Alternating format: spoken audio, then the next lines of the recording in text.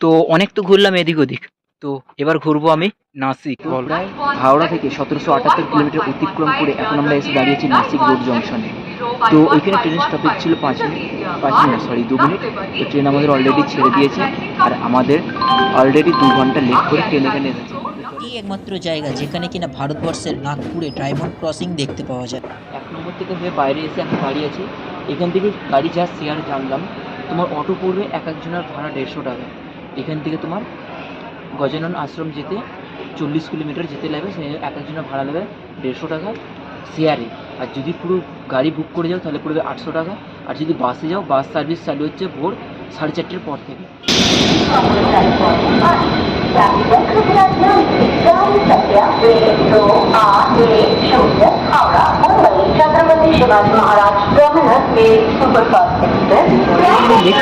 Train আমাদের দিয়ে দিয়েছে 21 নম্বর প্ল্যাটফর্মে 12810 আর মুম্বাই মেল, যেটা ধরে আমরা যাচ্ছি এখানে নাসিক। 1778 কিলোমিটার অতিক্রম করবো আমরা। তো চলো পুরো ভিডিও দেখতে হবে, বেশি কথা বলবো কারণ ট্রেন ছাড়া সময় হয়ে গেছে। তো জানো ভিডিওটি কী দেখতে হবে, লাইক কমেন্ট শেয়ার সাবস্ক্রাইব করো। তো ট্রেনে এখন আমি উঠি।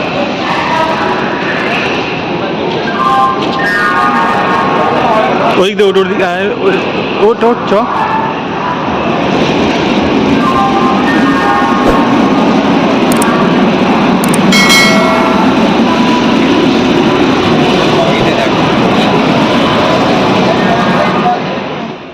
ট্রেন আমাদের এখন রাইট টাইমে হাওড়া থেকে ছেড়ে দিয়েছে, দেখতেই পাচ্ছ। তো ট্রেনটি সাঁতরাগাছি পার করার পর দেখো 100 কিলোমিটার/ঘন্টায় ছুটে চলেছে। তো এখন আমরা পার করছি বাউরিয়া স্টেশন।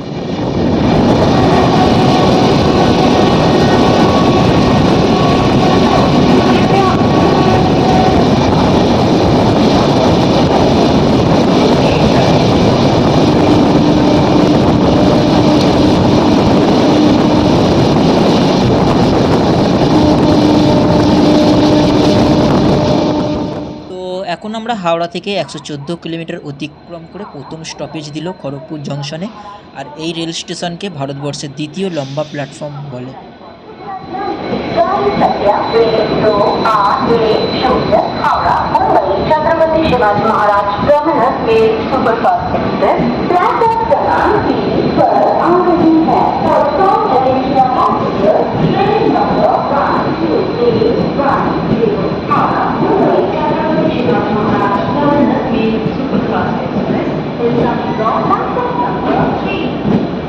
আমরা হাওড়া থেকে 114 কিলোমিটার অতিক্রম করে এখন দাঁড়িয়েছি খড়গপুর স্টেশনে। এখানে স্টপেজ হচ্ছে 5 মিনিট। তো চলো আবার তোমাদের সাথে দেখা করবো কাল ভোরবেলা, মানে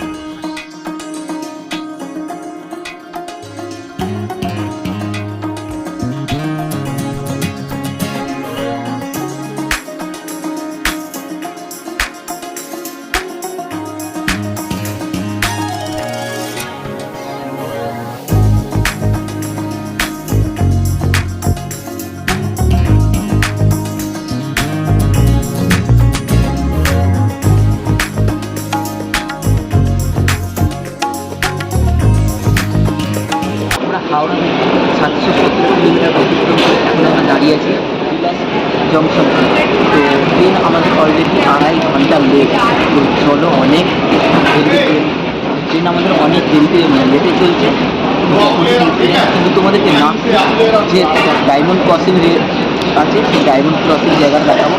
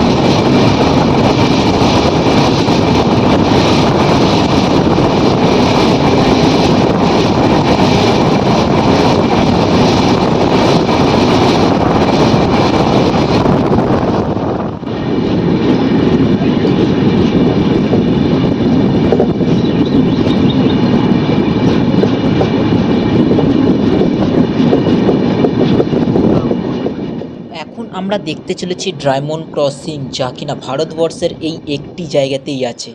আর এই ডায়মন্ড ক্রসিং দেখতে পাবে হাওড়া থেকে নাগপুরে প্ল্যাটফর্ম প্রবেশ করার আগে।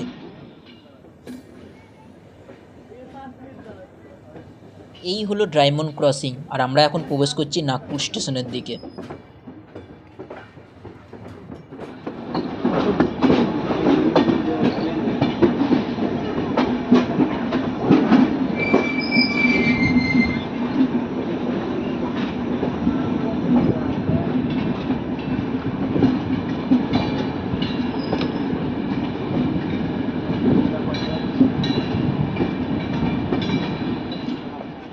তো এখন আমরা হাওড়া থেকে 1129 কিলোমিটার অতিক্রম করে এসে পৌঁছালাম নাগপুর জংশনে। তো এখানে ট্রেনের স্টপেজ 5 মিনিট।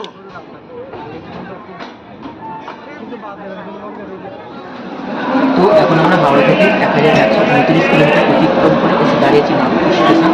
তো নাগপুর স্টেশনে এখন দাঁড়াবে 10 মিনিট, আর ট্রেন এখানে দুপুর 1:11 ঢোকানোর কথা ছিল, আর এখানে ট্রেন প্রবেশ করেছে 3:55, মানে অলরেডি 2 ঘন্টা লেট। তো ট্রেন আরও বেশিক্ষণ দাঁড়াবে, কারণ হচ্ছে এখানে ট্যাঙ্কিতে জল ভরছে, যদি দেখা যায় এখন এখানে ট্যাঙ্কিতে জল ভরা হচ্ছে, ট্রেন বেরিয়ে যাবে।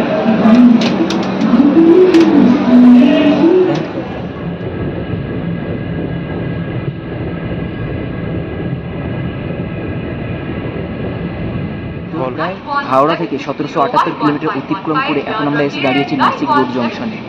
তো ওইখানে ট্রেনের স্টপেজ ছিল 2 মিনিট। তো ট্রেন আমাদের অলরেডি ছেড়ে দিয়েছে, আর আমাদের অলরেডি 2 ঘন্টা লেট করে ট্রেন এখানে এসেছে। তো চলে এবারে বাইরে যাই, কোথা থেকে গাড়ি পাওয়া যায় সেসব দেখে আমরা তারপরে যাবো আমরা হোটেলে। আর আরেকটা কথা বলুন তোমাদেরকে, এখানে ট্রেন ঢোকার কথা ছিল 12:20 আর ট্রেন এখানে এসেছে 2:14। তো বুঝতে পারছো 2 ঘন্টা পুরো লেট। চলো আসবো 3 নম্বর প্ল্যাটফর্মে নাসিকে। তো 3 নম্বর থেকে আমরা চলে এসেছি 1 নম্বর প্ল্যাটফর্মে। 1 নম্বর থেকে হয়ে বাইরে এসে এখন দাঁড়িয়ে আছি। এখান থেকে গাড়ি যা শেয়ার জানলাম, তোমার অটো পড়বে এক একজনের ভাড়া 150 টাকা। এখান থেকে তোমার গজানন আশ্রম যেতে 40 কিলোমিটার যেতে লাগবে, সে এক একজনের ভাড়া নেবে 150 টাকা শেয়ারে। আর যদি পুরো গাড়ি বুক করে যাও তাহলে পড়বে 800 টাকা। আর যদি বাসে যাও, বাস সার্ভিস চালু হচ্ছে ভোর 4:30 পর থেকে। তো এখন পর্যন্ত আমাদের সিদ্ধান্ত হলো যে বাসে করেই যাব, আর আমাদের বাস এখনও দেয়নি। বাস আসলে তারপর আমরা এখান থেকে যাব গজানন আশ্রমে। তো চলো। আর নাসিক রোড রেলওয়ে স্টেশন থেকে ত্রম্বকেশ্বর যাবার বাস শুরু হয় ভোর 4টে থেকে। আর আমাদের ত্রম্বক যাবার জন্য বাস ছেড়ে দিয়েছে। আর নাসিক রোড রেলওয়ে স্টেশন থেকে ত্রম্বকেশ্বর বাস স্ট্যান্ডের এক একজনের ভাড়া 60 টাকা করে পড়বে। আর এই ত্রম্বকেশ্বর বাস স্ট্যান্ডের উল্টো দিকেই হচ্ছে তোমার গজানন আশ্রম।